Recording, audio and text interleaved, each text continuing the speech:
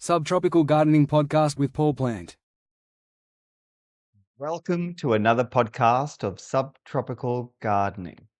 Now, each week I produce a video, a podcast just on gardening in the subtropics. But of course, the information may be relevant no matter where you live, in the tropics, the subtropics, and the warm temperate areas.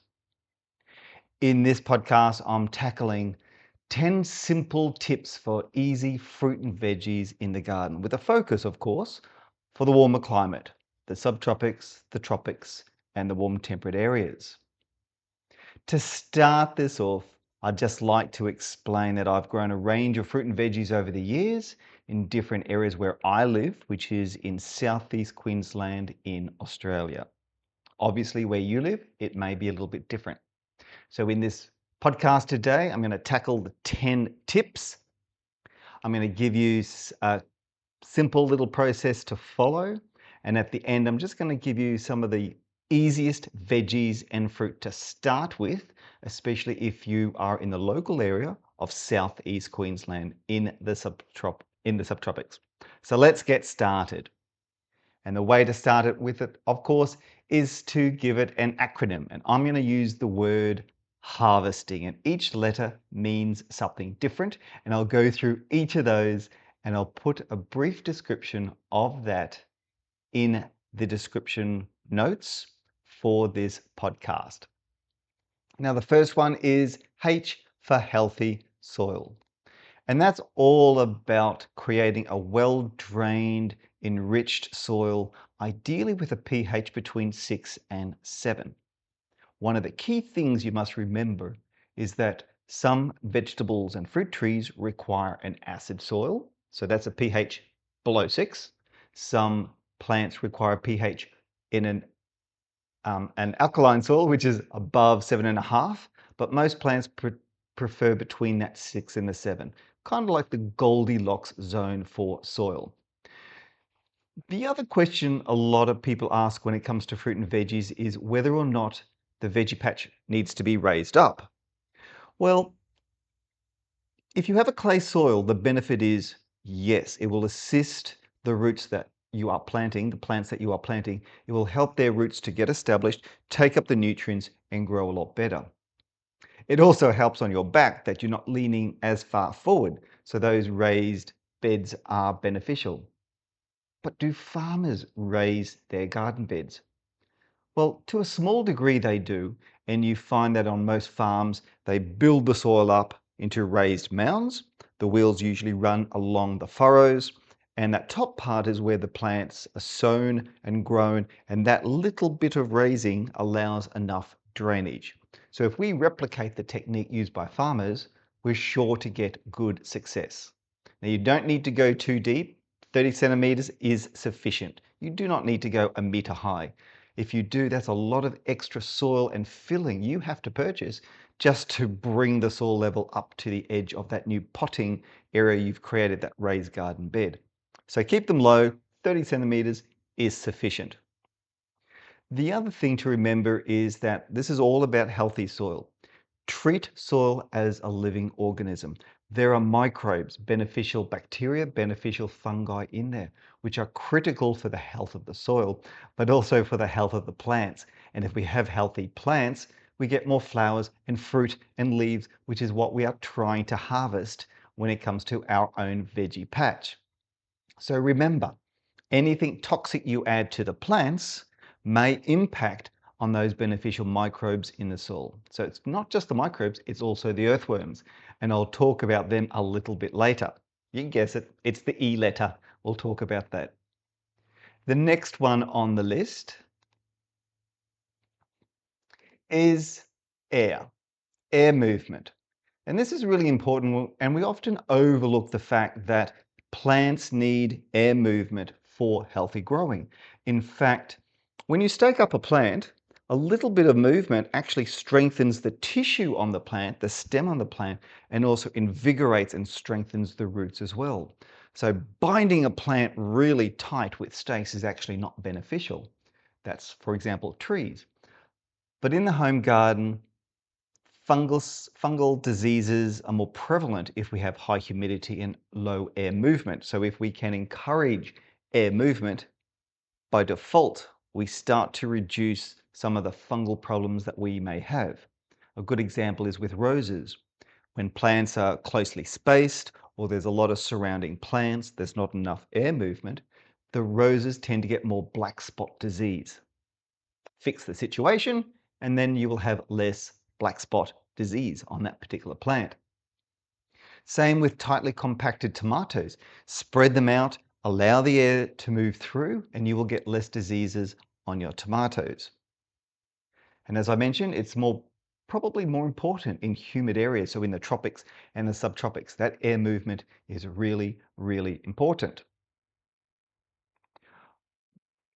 Sorry, my slides have somehow disappeared here. Here we go. The next one is the right crops. Very, very, very important for all gardeners to be aware that you do need to choose the right plants for where you live. So if you live in the subtropics, growing a vegetable crop or a fruit crop that prefers the Mediterranean climate will be difficult because it is struggling to survive in a climate it's not suitable. Likewise, if you live in the Mediterranean climate and you're trying to grow a mango, it won't work very well. You need to choose the plants that are best for your climate, and where possible, you might be able to change and adapt the microclimate for where the plant is going, but generally speaking, accept the climate you've got and then choose those plants that are known to succeed in that particular climate. So one of the things that quite often comes up is stone fruit, low chill fruit. So if you can work out what's called the chill factor, which you can find out from your local Department of Primary Industries or Agriculture Department, you can find out in your local area what that chill factor is. And that relates to the amount of cold nights that are necessary to assist a plant, such as cherries, apples, pears, peaches, plums, to actually initiate their flowering and therefore fruiting for the next season. So those numbers are very, very important. Also, veggies and planting is very important to choose the right crop at the right season. So you shouldn't be planting summer crop plants at the wrong time, otherwise they will die during the winter. Likewise for the other season crops. So what we find on the back of the packets are instructions to give you a guide, and usually they're pretty correct, sometimes a little bit wrong, but use them as a guide and you will achieve success if you read the instructions, not only of the season, but of the depth of sowing the seed and the spacing apart. And they also give you an idea as to how many days the seeds should germinate and how long it is until you can harvest. Yes, that's very important. The other thing to remember is that where you live, some of the old traditional herbs and veggies we grow here in, for example, Australia, in Brisbane,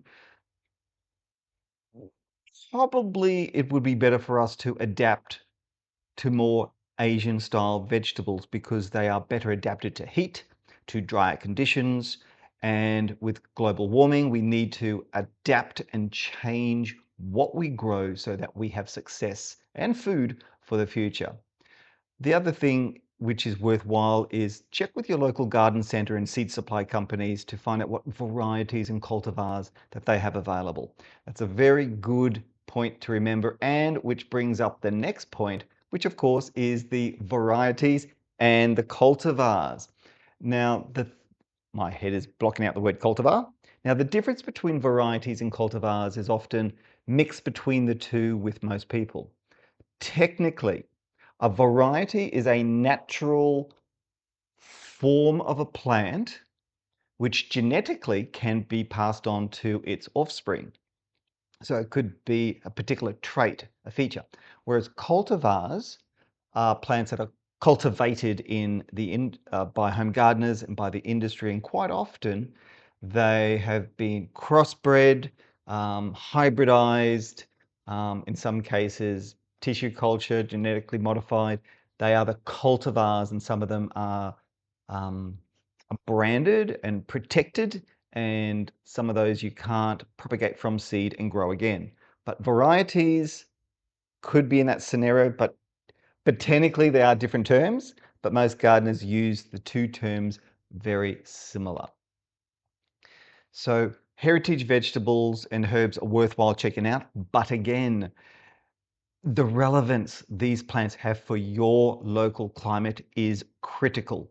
Just because there is a heritage apple does not necessarily mean you should grow it, because it just may not flower or fruit. So choose the plants very carefully. The benefit, of course, with the heritage plants is that you are keeping the genetic material available for future generations, and I think that's a worthwhile venture for home gardeners to try to do and to venture to do them. Track them down online or through garden clubs, and I'm sure you will find one or a few worth investigating. Also, be aware that not all good varieties and cultivars for your local area may be featured in gardening books or on TV. So going to a local garden club that specializes in your interest, whether it's tropical fruit or subtropical fruits or vegetables or herbs, is definitely one way to find those mysterious, long lost edibles which are worth growing at home. And for something a little bit different, why not consider some native indigenous bush foods that might be able to provide you with a little bit of extra flavor and food, but also it helps with the wildlife as well. So that's something else to consider when you're thinking about varieties and cultivars for home. The next slide, of course, is earthworms, one of the most important little critters in the home garden. Now, these are indicators of the health of your soil. Some gardeners I know regard them as the canary for your garden. In other words, the more earthworms you have, the healthier your soil is, which generally means the healthier your plants are growing. Now, you should have them in your soil. You should not have them in your potting mix. I talk about that in other videos. I won't talk about that one here. You can buy earthworms in, but just be aware. Worms for worm farms are different to worms that are specifically for the soil. They're different kind of species, I think. But it is worth noting that little element. But trying to get the right earthworms is one point. But the benefit of earthworms is that as they go through the soil and they eat the protozoa, which is part of their food source, they also digest a lot of the organic matter that is in the ground. And what comes out the back is basically worm wee and worm poo, which is really high and very nutritious for the plants as a nutritional base, and also as an improvement for the soil quality. So it helps with soil texture and structure. When using worm wee, it's important to dilute it because it is really, really strong. Now, worms, as they go through the soil, will help turn the soil over and bring nutrients that are down low up to the top of the soil, and it virtually recycles the nutrients in the soil. So they are definitely very important free labor that you can get in your garden. And I do know the number of people who have said, I have no earthworms in my yard, it's sterile, it's devoid of all earthworms. All they need to do is put down mulch over an extended period, and it is amazing how earthworms find those properties. So definitely look for earthworms in your yard. Now, the next main point, we're getting through the word harvesting quite well here, is the letter S with sowing and planting. Now, this is all about choosing the right plant, sowing it at the right depth, doing the right spacing apart. But in the cold of winter, you can sow your seeds in little jiffy pots or baby trays and then pot them up. So it's basically using what we call starter pots in the winter period so that you get them going earlier. Obviously, you can go to the local garden center and buy little punnets and tubes. And I've seen a few people do experiments with the one punnet which has a mix and interspersing of all the roots of all the plants, and then pull them apart and then plant them. And the interesting thing is that those plants, because of the teasing apart, We think that it's going to cause a lot of damage to the plant and we'll put the plant back. But the experiments I've seen on YouTube and other portals is that pulling apart actually stimulates the little seedlings to create new roots, so they're even stronger than the ones that you buy in the individual little plugs that you can plant in the ground. So why not do the experiment yourself at home and compare a maxi tube tray, which has the little segments of seedlings, to a single punnet which has multiple plants planted in it, and see if you can notice the speed of growth and the health of the plant. I'd love to hear from you. That's my little challenge to all the watchers and the listeners of this podcast. Do that little experiment. I'd love to hear your results to see what you have found works best. Buying the seedlings in the individual little pot plugs, or buying them in what's called a family punnet, where there's like 12 or 6 plants all together and all the roots are intermeshed. I'd love to hear your comments in the future. Now, sorry, going back to the sowing and planting, it's also very important to check the pH of your soil and the potting mix. When planting in the ground, make sure there's organic matter and nutrition in there.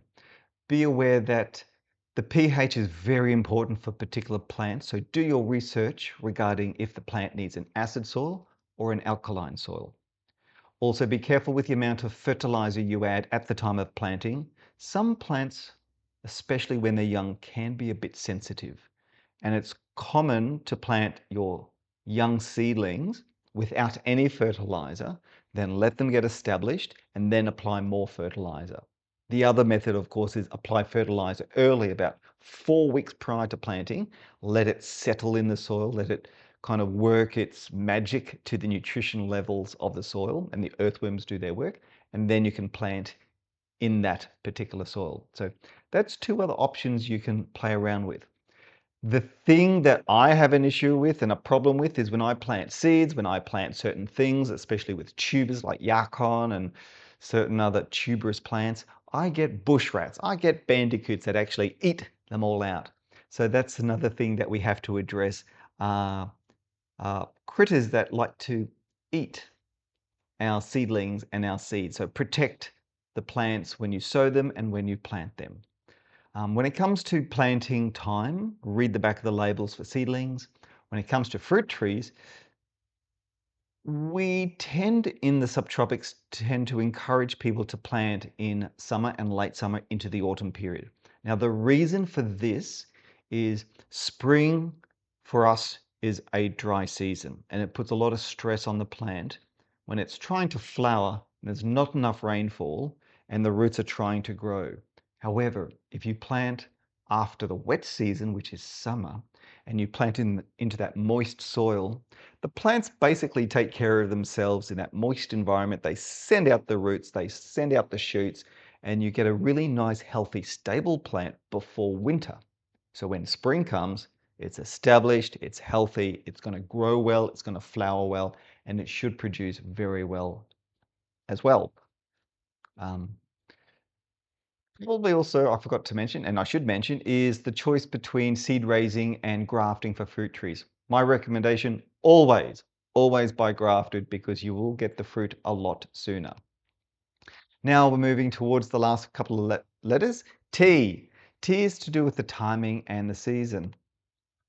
And it's kind of important, as I mentioned just then, is fruit trees best planted in the late summer. The veggies, generally speaking, in winter, we tend to grow more of the leafy greens. In summer, we tend to focus more on the fruiting vegetables, so the pumpkins, the capsicums, the cucumbers, those kind of fruiting vegetables.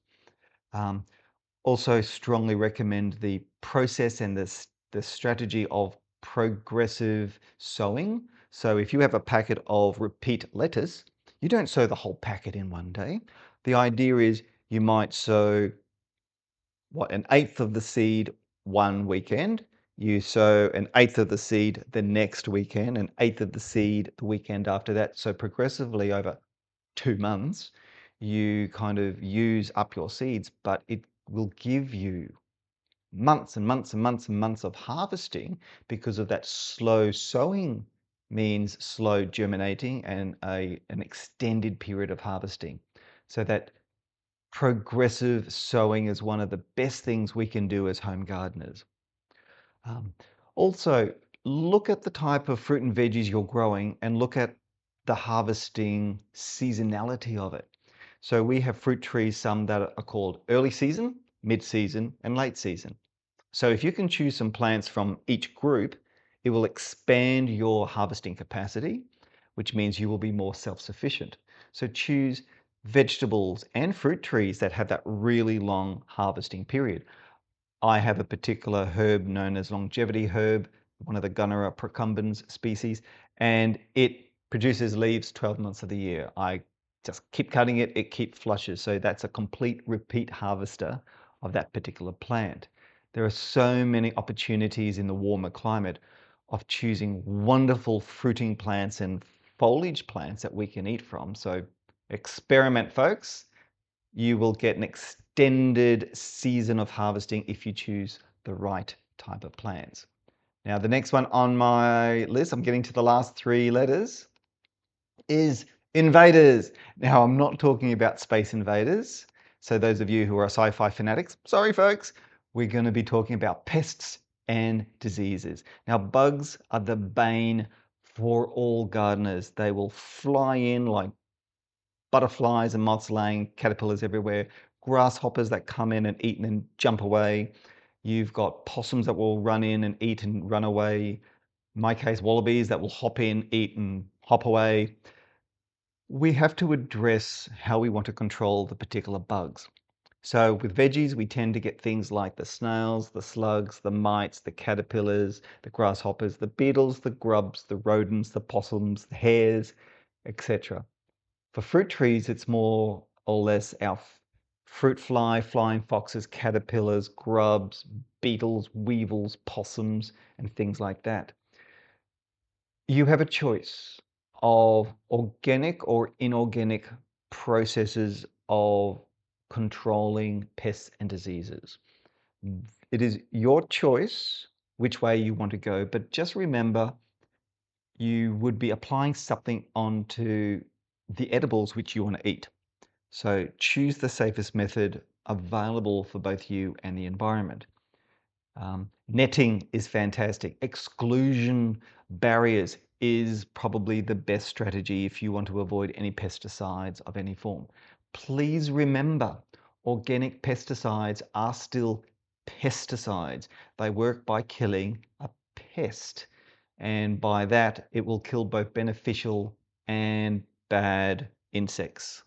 So be aware of that little element. And if possible, I mean, I do whatever I can to just manually pick and squish whatever I can. And I think that works quite well in my situation. Getting close to the end. We're almost there. To number N, or letter N, is of course nutrition. You can't grow a plant without some type of a fertilizer. But what is a fertilizer? Well, a fertilizer, when you buy it, is a mix of chemical products. Now, folks, if you're an organic gardener, guess what? You are dealing with chemicals. I'm sorry, but that's life. When I studied my degree, there is inorganic chemistry and there is organic chemistry. So organic farming uses chemistry, uses chemicals. So the main nutrients plants need are nitrogen, phosphorus, and potassium. There's also all the micronutrients which are essential for plant growth. You cannot keep plants alive and thriving if you only supply nitrogen, phosphorus, potassium. The best way I can describe this is like a bicycle. What do you think are the most important parts of a bicycle? Some people say handlebars. Some people say seat. Some people say wheels. They're all important. But without the chain, it won't go anywhere. Without the cogs, it's going to be very hard riding it. Without the brakes, you're in trouble. All of these other elements of the bicycle are critical for it to actually be a bicycle. And that's why with plants, All the micronutrients are essential in order for a plant to grow, to thrive, to flower, to fruit, to produce the parts of the plants that we appreciate, whether it's a flowering plant or a fruiting or an edible plant. So we do need to make sure that the full spectrum of nutrition is there. So how do we apply that? Well, we can buy fertilizer to add to the soil. We can go with a chemical-based product or what I call manufactured processed product.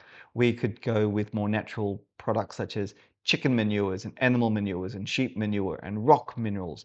Those are all wonderful items, but they have different nutritional values and speed at which it is used and then leached. So that is very important to be aware of. Some products are higher in nitrogen and phosphorus than others.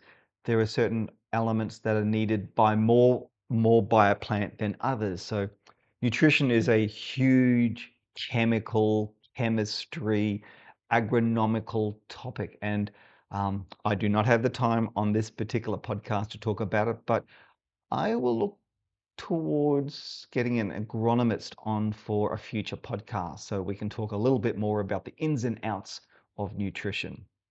Now, the other thing I should mention is seaweed.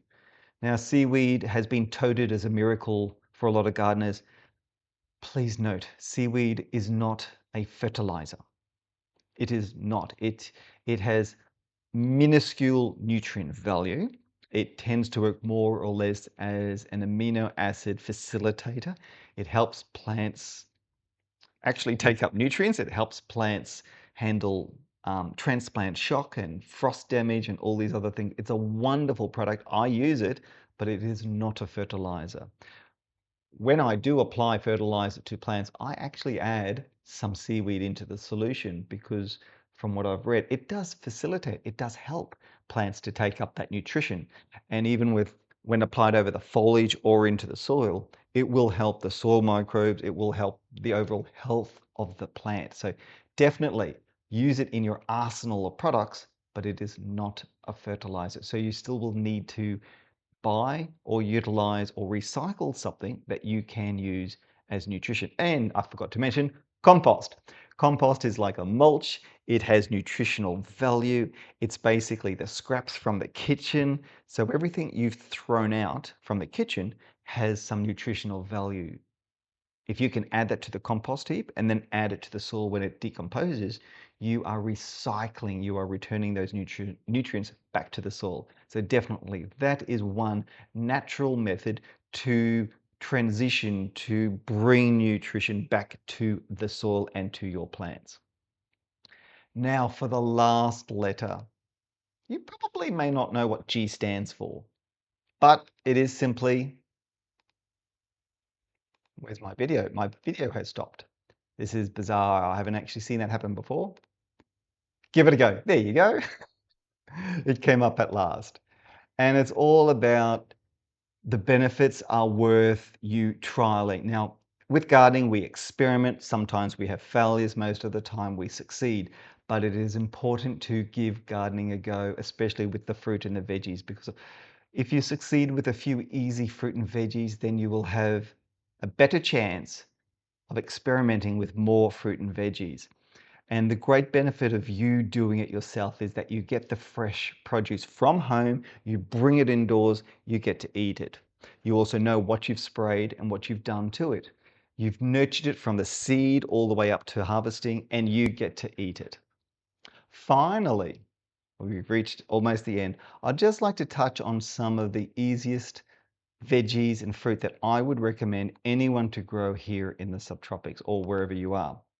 So my best and easiest fruit and veggies for people: mulberries, locust tree, gramachama, chaparicaba, and bananas. They are virtually indestructible, they are reliable, they are hardy, they're low maintenance, they successfully give you fruit without too much bother. You don't have to be overly concerned about pesticides, pruning, training, or anything. Mulberries are a bit big, but you can prune them quite easily.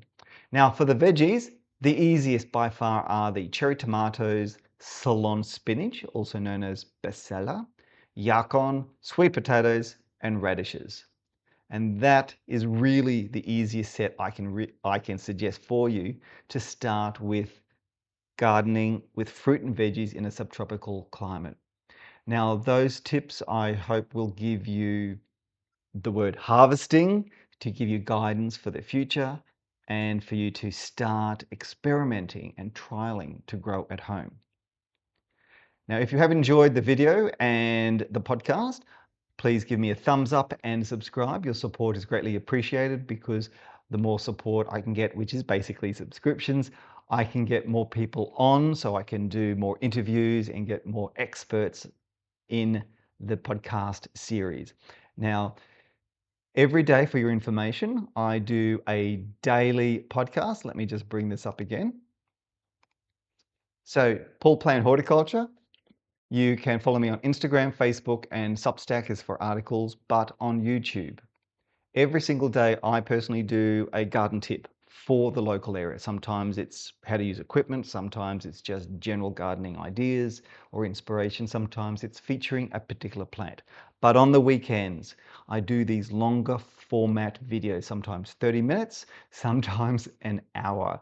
And they are far more in depth, specific topics where you can learn a lot more and hopefully increase your skills and knowledge regarding gardening. So I hope you've enjoyed this podcast. This is the Subtropical podcast, available both in a video format and of course you can just listen to it on streaming tools. And apart from that, until next week, thank you for joining and I will speak to you then. This is Paul Plant signing out for Subtropical Gardening. Subtropical Gardening Podcast with Paul Plant.